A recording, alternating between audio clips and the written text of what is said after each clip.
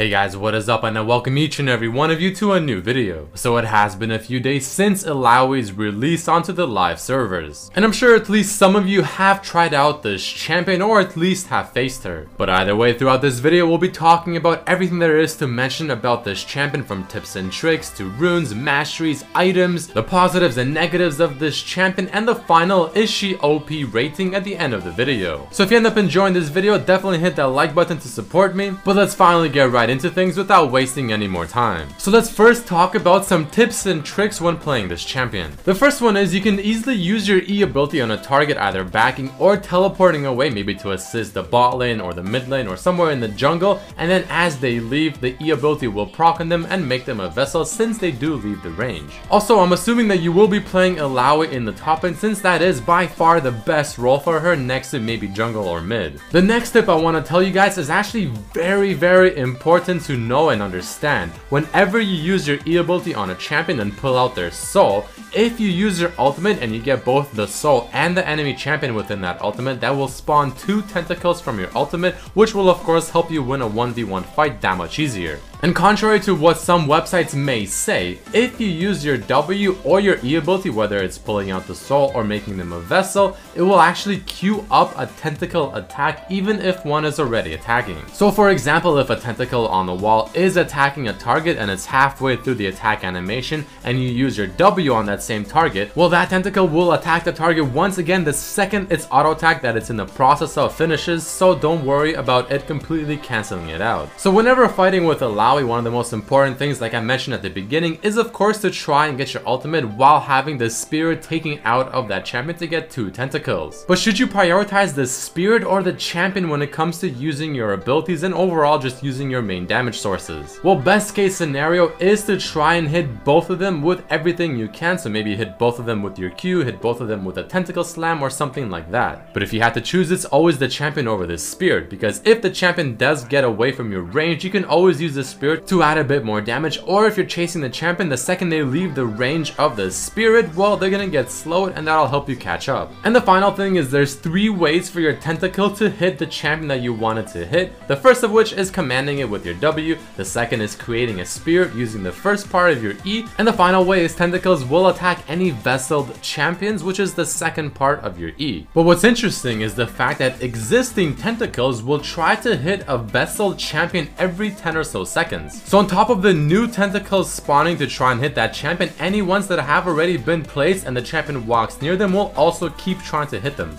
Another important thing, especially in the laning phase, is whenever you're trying to land your E on an enemy opponent, try to make sure that when you pull out the soul is beside a tentacle you have spawned on a wall, so that you get the bonus damage to try and kill the soul and just overall do more damage. Because don't forget, pulling out the soul will cause any nearby tentacles to instantly attack the soul. Similar to Kindred, if you use your ultimate after just finishing using your W, and let's say it's on a 7-second cooldown for the W, well, the ultimate will instantly take that W cooldown and make it 2 seconds. Your E is also great for poking and initiating when both teams are dancing, trying to wait for the first person to make a mistake. And the final major tip and trick that I want to mention are the typical combos to use your abilities in the proper sequence. So in a typical fight, when you're dueling someone maybe top lane or just somewhere around the map, what you usually want to do is try to kite around with your Q ability while you're moving towards the tentacle you already have placed. If you get into range, then initiate it with the E ability and then the ultimate, so that you have at least 2 tentacles attacking that target. Your tentacles should swing at that target because you took out their spirit. Then you want to auto attack W for the reset, which will make your tentacles attack once again and finish it off with a Q. The second one is the assassination type combo. So if you're waiting in a bush and someone walks in without knowing you're there, this is kind of how you want to do it. You can start things off with a Q if you're feeling greedy or confident, but usually you want to start with the E to give them as less time to react as possible. So you pull out their soul, use the ultimate to get double tentacles, use the auto attack W to get the tentacles to attack once again for the target, and then finish it off with your Q. So after playing several games, those are the major tips and tricks that I can think of that I think should definitely help your play. So what are the positives of Illaoi? What exactly are her strengths? Well, there's quite a bit. First and foremost, this champion is very strong. You do not want to underestimate her because she will simply destroy you. But being a little more specific, mana isn't surprisingly an issue, even though I thought it would be. I tend to always have have about a half mana pool as long as I'm not spamming my abilities mindlessly. Her Q is absolutely ridiculously strong, able to clear waves without any problems whatsoever that I think is absolutely ridiculous for a bruiser type champion. The tentacles spawning around the laning phase are absolutely ridiculously annoying to deal with, and you have to play almost a mini game whenever you're facing an Illaoi in lane. Because if you get hit by them for no reason, well, you're taking quite a bit of damage. She's got several ways in her kit to force tentacles to attack what and who she wants to attack.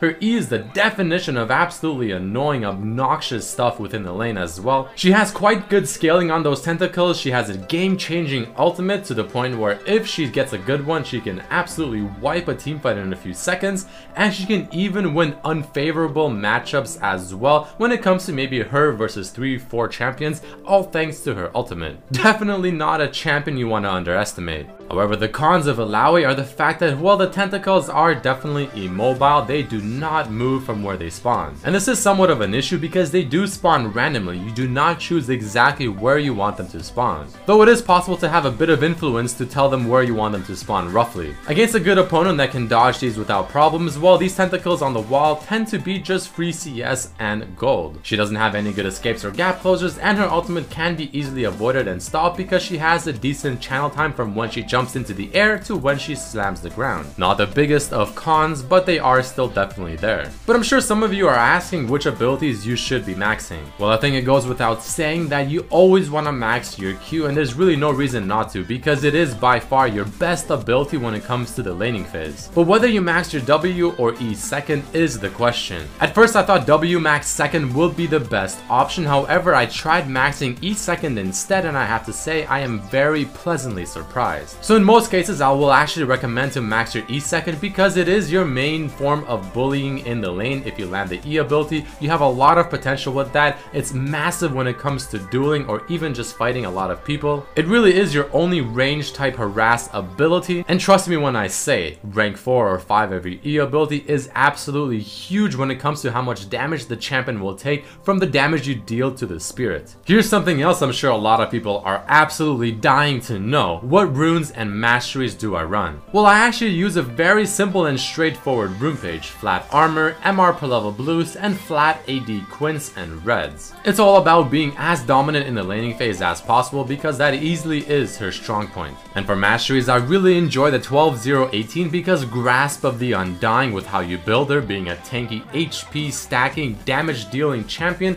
is absolutely gorgeous. There's one alteration to the mastery page that I'll talk about very soon. But let's quickly talk about what kind of items you should be building on this Kraken Priestess. If you're facing a melee opponent that you can absolutely abuse, then you want to go for the Doran's Blade. If you're facing a ranged opponent like Lulu or Kennen that can be a little annoying to get onto, then you want to go for the Doran's Shield. But regardless, these core items I have listed in the first build out of the 3 I'll mention are without question probably the best and most well-rounded items for this champion. And in most cases, unless you're trying something new, these should be the items you go and prioritize. You're essentially getting 2 very solid items on her, Black Cleaver and Titanic Hydra, and then building a bunch of other defensive items that give also a lot of HP. Now if you're facing an AD top laner, then for the 4th item you definitely want the Deadman's Plate. If you're facing an AP top laner, then probably the Maw of Malmortius. But whichever one you do not get out of those 2 isn't necessarily considered a core item anymore, it just really depends on the rest of the team. However, you guys know me and my playstyle. I love playing high damage assassin type champions, so I made a second build that kind of utilizes that. This one is a very assassin-y type build where you have a lot of damage and really just play like an assassin. You get the Youmuu's, Triforce, and then Titanic Hydra, Sterak's for the defensive items as well, and then maybe something like a Black Cleaver or whatever you want. This is a very strong dueling type build that has a lot of damage built in it, though I still think the first build is overall better. And for this item build is where I have a different mastery page.